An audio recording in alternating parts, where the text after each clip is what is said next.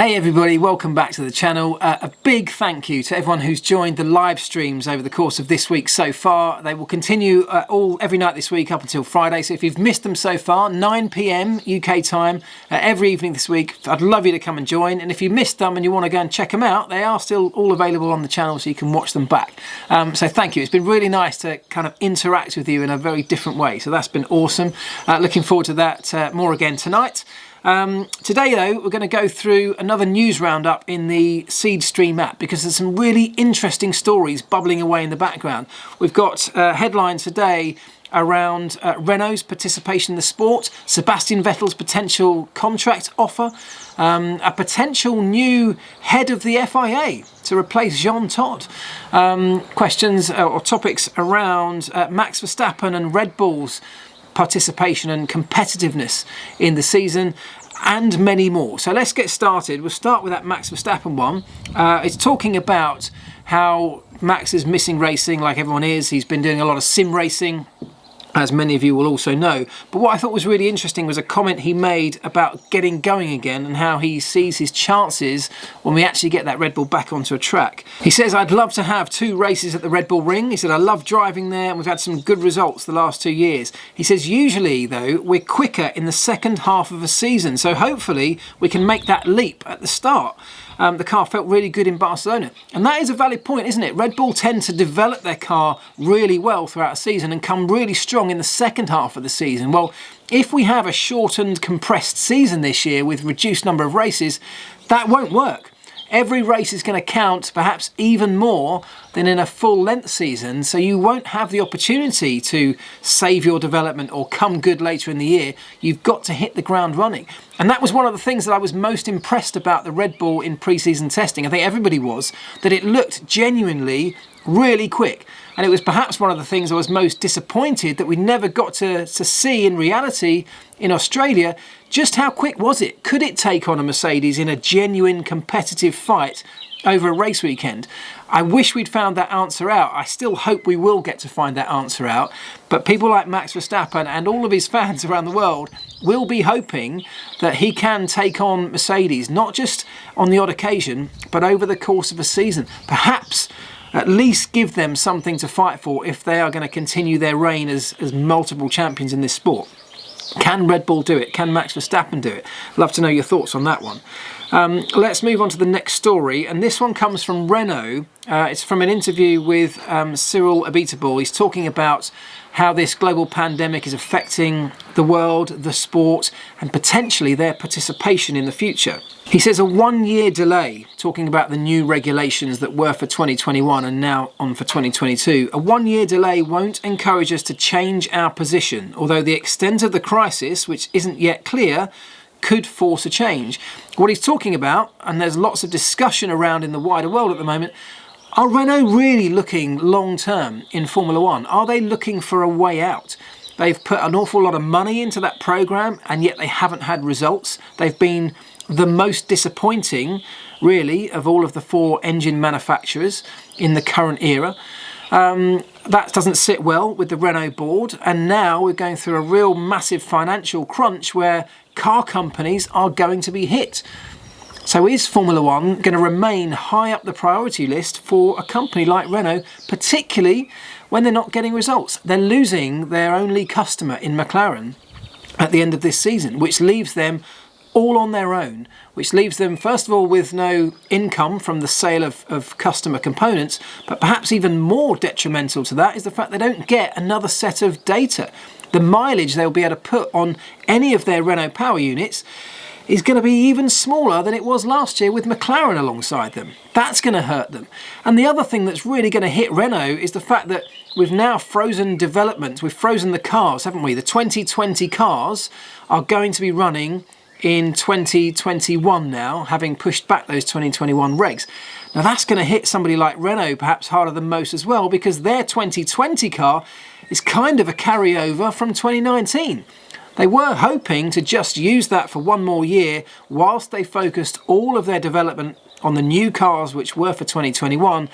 Call this year just a bit of a get to the end of it and kind of work their way through it as best they can, where they could really put a massive challenge into the new regulations. Well, Now they can't do that. Now, what they've got now, which was a midfield car at best, is now going to have to run next year as well, with a very limited development potential for that.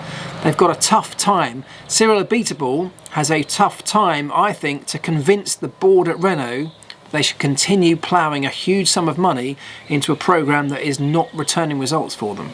Sebastian Vettel is in the middle of contract negotiations with Ferrari. That's been well publicised. What else has been publicised, whether it's true or not, speculation I guess, is that he has been offered a vastly reduced salary as part of that negotiation. Now that would not be unsurprising, would it? He has not delivered in comparison to his young teammate Charles Leclerc, who has been offered a longer term contract.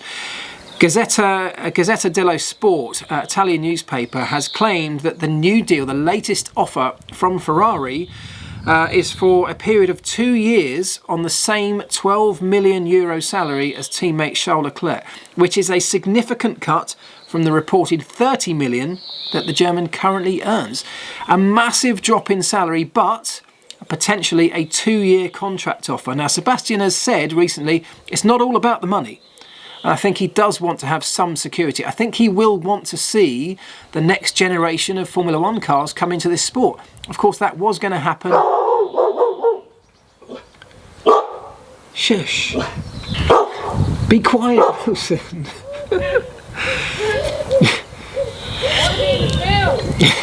Of course, that was going to happen next year. It's now not going to happen until 2022. So a 2-year contract offer for Sebastian Ferrari might seem to make a lot of sense. What do you think? Is €12 million a year a fair price to pay for a Sebastian Vettel if you're paying a similar fee for a Charles Leclerc? What do you reckon on that one? There's then a story about Zak Brown's comments on customer cars. Now, we went through all of this in the live stream last night, so I'll skip that one. If you do want to know my thoughts on that or a deeper discussion, perhaps go and check out the live stream from last night, because it was all centred around that, where he's saying perhaps if we're going to have customer cars from the big 3 teams, the manufacturers, they should be offering those cars for free. Now, Racing Point, their CEO, Otmar Szafnauer, says that even though they've had substantial investment, of course, from Lawrence Stroll when he took the team over, and that they're going to be rebranded as Aston Martin next year, even with all of that, he still says, although they've got a bigger budget than they originally had, they are still the smallest team in Formula One right now. He says, it must be said that even though we have a significantly bigger budget, let's say 30 or 40% more than we had, I still believe we've got the lowest budget and the least amount of people in the pit lane. Now, that's not something I necessarily expected. I know they are small, and I know they've done incredibly well on a relatively small budget. They have been a team that's probably outperformed their budget consistently over years, which is amazing. But still to be the lowest funded and smallest team in the pit lane? I'm not sure. What do you think? I mean, Haas, he mentions later in the article, the Haas model is slightly different. But of course, what he's talking about is if you include all of their outsourcing, people like Dallara and all the people at Dallara working on the Haas project, if you lump all that in together, he still says that Racing Point are the smallest in the pit lane. Interesting. If they are, perhaps puts their success in recent times in an even greater light, doesn't it? I'll just pause while someone's fired up a chainsaw down the road. He's going to fire that up again, isn't he? There's a story from the CEO of the beer brand Estrella Galicia, who sponsors Carlos Sainz in Formula One, and I won't go into it in too much detail, but it makes an interesting point about sponsorship in Formula One during this period. So 2020, when we're looking at races without fans, without spectators on board, part of what sponsors buy into when they sponsor Formula One drivers or Formula One teams, a big part of what they get out of that, as well as the exposure, is the ability to wine and dine their own clients, to take guests to races and enjoy the paddock club hospitality and all the glitz and glamour that goes along with Formula One. Well, in a situation where we're in lockdown, we're in a spectator-free zone, limited numbers of people in the paddock. Hope you can still hear me, I'm going to have to carry on. Is that still attractive to sponsors in Formula One? And he's talking about having to renegotiate terms, having to find new ways to exploit that sponsorship because we're in a very, very different landscape. And of course, it affects so many different areas. But sponsorship is another one that perhaps a lot of people haven't thought about. Now, two really interesting stories to finish this up with. One comes from Italy's Auto Sprint publication that says former Ferrari president Luca di Montezemolo is being lined up to replace Jean Todt as FIA president when the Frenchman steps down next year after serving his maximum tenure. Now, that is interesting. It's a candidate that, on the face of it, I really like, Luca di Montezemolo. I think he was very successful in a number of ways at Ferrari. Not everybody liked him, but I think I did. I think he has the potential to do a good job, just on what I know of him. But there will be people screaming at the screen right now saying he's another former head of Ferrari that would end up running the sport if that was to come to be the case. People already have this perception that the FIA stands for Ferrari International Assistance or whatever. And every time we get an incident like the one that's recently happened with the investigation into Ferrari's power units last year, there's always this allegation that's thrown back at Jean Todt saying, look, of course he's going to be favourable to his former team. Well, if we appoint someone like Luca di Montezemolo, that will not go away. I'm not saying that's not a reason to not allow him to take up that position, but that will be something that everybody will be shouting at, I'm sure, and saying as their initial reaction to that. The article goes on to mention some other candidates. Dave Richards, who'd be a great shout. Formula E boss Alejandro Agag, who I also could really see moving into that role. And current FIA Vice President Mohammed bin Sulayem, who already is part of the FIA there, so would just take a step up. So not guaranteed that it will be Luca di Montezemolo, but an interesting story nonetheless. Let me know your thoughts on that one. And finally, a name that's not disappeared from Formula 1 for very long, Nico Hulkenberg. In fact, he still took part in the last race that Formula 1 had.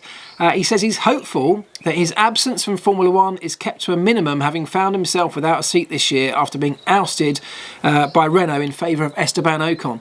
So he's missing it. He wants to come back in. And when you go further into this article, it does talk as if he's having some serious talks with teams about potentially coming back. It's always the risk, isn't it, when a driver, particularly a long-standing driver like Nico Hulkenberg has been, and particularly one with unfinished business like Nico Hulkenberg is, I think it was always going to be the case that you were going to miss that. You would miss the thrill, the excitement. It's been part of his life for so long now. He's an intrinsic part of our sport for so many years. It now looks like he wants to get back in. He says, I'm very much up for a return. That's still my goal, my aim. But at the moment, obviously, it's really tricky to say. There's a lot of factors in there. And now, of course, with the current situation, everything's upside down anyway. But I'm staying in contact with people. It's still a bit early, but if there's a chance, I'll definitely grab it. And if it's a good opportunity and something that really excites me and then gets me going, then definitely I'll push for that. So could we see Nico Hulkenberg coming back into our sport next year? The challenge that he's going to have with all of this is that depending on how much racing we get this year, we might well just see a carryover of what we've got for 2020 in 2021, given that we're coming to the end of an era in terms of the sport, technical sport. We're not going to be able to judge drivers very easily in 2020 if we don't get much racing.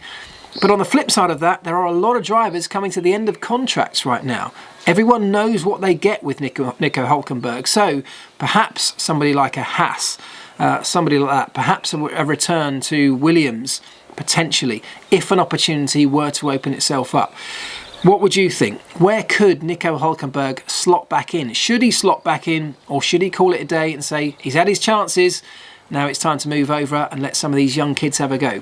On all of those stories, I would love to know your opinions as ever. I'm sure you will do. I will read through them all, comment where I can, reply to your comments as I always try and do.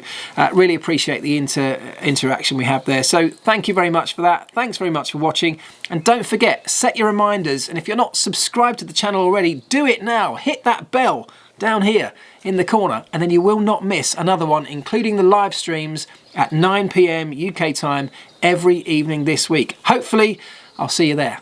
Ta-da.